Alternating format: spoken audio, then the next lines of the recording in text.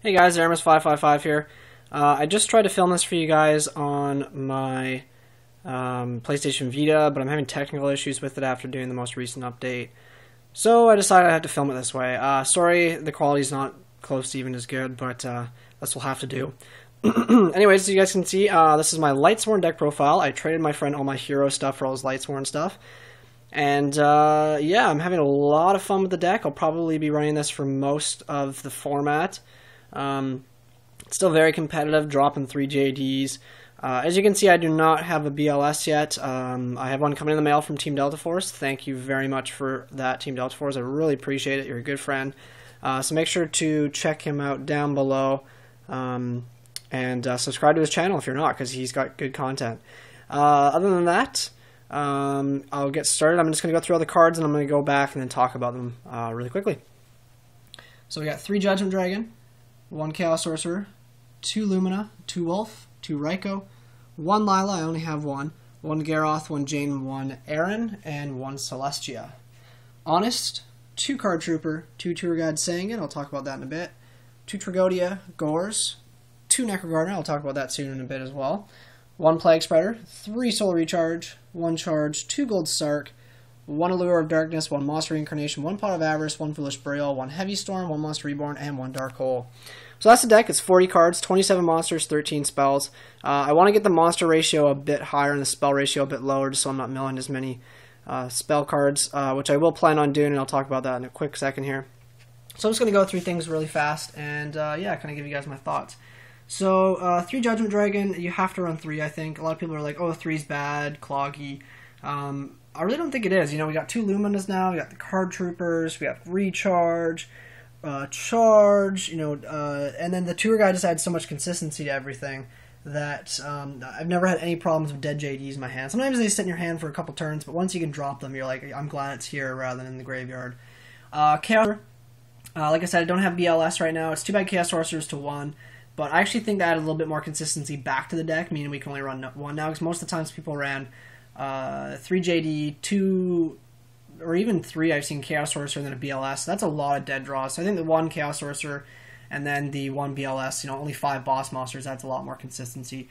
2 Lumina is amazing. I always search it out with Sangan, or it's the one card I usually grab off Charge. So glad they put it back to 2.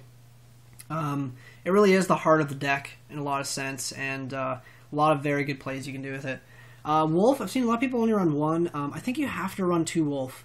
I would never run 1 because you never mill it, you never see it. And yeah, 2, sometimes you open up with them or draw them, but I mean, you have so many ways of getting it out of your hand, such as Lumina, you put it on the top of the deck with Plague, you can solar recharge it away. I usually like to save my recharges if I don't need to use it right away, in case I draw the Wulf. But yeah, really good, and it just combos so well with Card Trooper. That's 4,000 damage in the board between the 2 of them, so very good. And then next up, we got 2 Ryko, 3's too many, 2's perfect. I only have 1 Lyla. I'll probably be cutting out something for possibly a spell. I'm thinking maybe Foolish Burial for a second Lyla, just because popping those back rows is important. But oddly enough, the 1 Lyla has been testing really well. There's been times where I'm like, oh, I wish I had a second one, but it's only been maybe once or twice. In most cases, 1's fine. You know, you play a deck that doesn't have back rows such as this. Lyla's just a crappy 1700 beater that mills 3. So I mean, yeah, it's okay. Garoth, you have to run, combos well with Lumina and other Lightsworn. Jain is fantastic, gets over like Thunder King Ryo, crashes Cyber Dragon, you know, gets over 2,000 beats, whatever. Ehren, MVP of the deck. Ehren obviously is very good. Kills Gotchi, kills Zen mains. Flip effect monsters will get their effect when she attacks into them, but they'll still go back to the deck, so that's very good as well. The 1 Celestia, this will probably be coming out for the Blackluster Soldier when I get it, most likely. I might keep her in and then just like drop the Foolish, but I mean, Foolish plus Celestia is so good, so I think if I'm not running Foolish, I'm not going to run Celestia. I'll probably just cut those 2. And then we got the 1 Honest, 2 Card Trooper. Trooper is busted, very good card. Mill 3, get a Wulf, +1, and then that's 4,000 on the board. It's a good floater, and it works amazingly with Tragoedia. So on to Tour Guide. This one I really want to talk about because a lot of people I see are running like 2 Tour Guide, a Sangan, and a Tour Bus, or 2 Tour Guide, a Sangan, and Night Assailant. I think this is the best ratio. Josh Graham was only running 2 and 1 or 2 of Tour Guide and 1 Sangan in his windups he won with, and a lot of the topping decks were doing the same thing. I think when you add in those extra cards, it's just more inconsistency you're adding to your deck. You draw Night Assailant, it's okay, but I mean, I got the Rykos, so it's just a crappier version of Ryko. And if you draw Tour Bus, it's completely terrible. It's a horrible card to draw. I mean, in a sense, it'd be really good in this deck, obviously, because I can put the JDs back in the deck. But in most cases, it's really just not worth the space. There's just other better things you could be running, and you really only need the 1 Tour Guide play into Sangan to make things work. Plus, you run Avarice, so I mean, you can always send them back and do another play. I do it a lot. I'll usually do two Tour Guide plays in one game, and that's because of the Avarice or Monster Reincarnation or something. 2 Tragoedia. Tragoedia is broken in this deck. I can get him up to 3,600 attack. I had him up to 42 one game because of Gold Sarc. So that was pretty hilarious. Gorz, you need to stop those OTKs, and it just wins games against a lot of decks. 2 Necro Gardna. Now, the reason I'm not running 3 is because 3 is bad, in my opinion.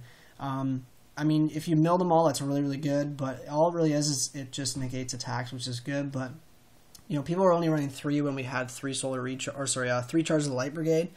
We don't have that now. We also don't have 3 Lumina anymore, so it's not as easy to pitch.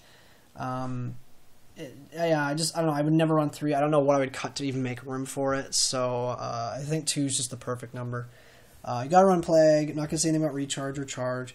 Gold Sarc. So I was gonna run Pot of Dualities originally, but I decided it was just a really bad call. And Gold Sarc ended up being one of my favorite cards in the deck. You play Gold Sarcophagus. It's still a very underrated card. Most of the time, the funny thing is I usually always go for Pot of Avarice. This is just because, you get the spells out of your deck. You're not going to mill them. You're just going to mill lots of monsters, which is good. And the Avarice is obviously going to get you a +1. I usually always go for Avarice, Storm. Sometimes I go for Reborn, and I think a couple times I've gone for Allure, just in case I have something dead in my hand, like a Necro Gardna. And it's just good because with this deck, you can wait a turn by giving yourself a -1. Wait a couple turns because you got the Necro Gardnas, you got the Trags, you got the Gorz, so you're always protected. The other thing with duality is I've seen Team Delta Force can totally agree with me on this, and I've seen him do it all the time. Is he'll go Pot of Duality, grab something like Card Trooper, Summon Trooper, mill 3. He mills a Wulf. That's terrible. That's really, really bad. I mean, yes, you got a name in the graveyard, but you want your Wulf to be a +1. Otherwise, what's the point of running them in the deck? The thing with duality as well is you're not always going to grab the stuff you want. This grabs the stuff you want. Gold Sarc's a busted card, and it also combos well with Tour Guide. You can always go Tour Guide, Sangan, or Tour Guide, make Levier, Gold Sarc, and then bring back Card Trooper, or you could bring back Honest and bounce to your hand. You could bring out Sangan, you could bring out Lumina and then do another play. There's just so many good combos you can do with it. So I think Gold Sarc is a fantastic card. I highly recommend running 2 or maybe even 3 if you can find room in your Lightsworn deck. Very, very underrated card in the game, and I'll probably never take it out. I'll never run Pot of Duality in this deck. I think Gold Sarc's just that is the Lightsworn search engine. So one Allure, I am running 10 Dark, so I think that's a good ratio. Sometimes it's dead, but I mean, you can always just search into stuff. The Sangan just adds so much consistency in this deck. That's another reason why I like doing the Sangan Tour Guide thing, is because Sangan searches out the Luminas, which you mill with, search out Ryko, which you can mill with, and you can search out Card Trooper or Honest. So, I mean, there's really good targets. This is one of the better decks, I'd say, for grabbing good targets. Monster Reincarnation, I really like this card. I'm not running Beckoning Light, as you guys can see, and my problem with Beckoning Light is the fact that you have to set it and wait a turn to use it. I want to be able to do my plays right away when I need to. This, yes, it's a -1, but so, when you think about it, is Beckoning Light. The other problem with Beckoning Light is you do need the equal amount of lights in the graveyard to target, so that kind of messes up your plays sometimes.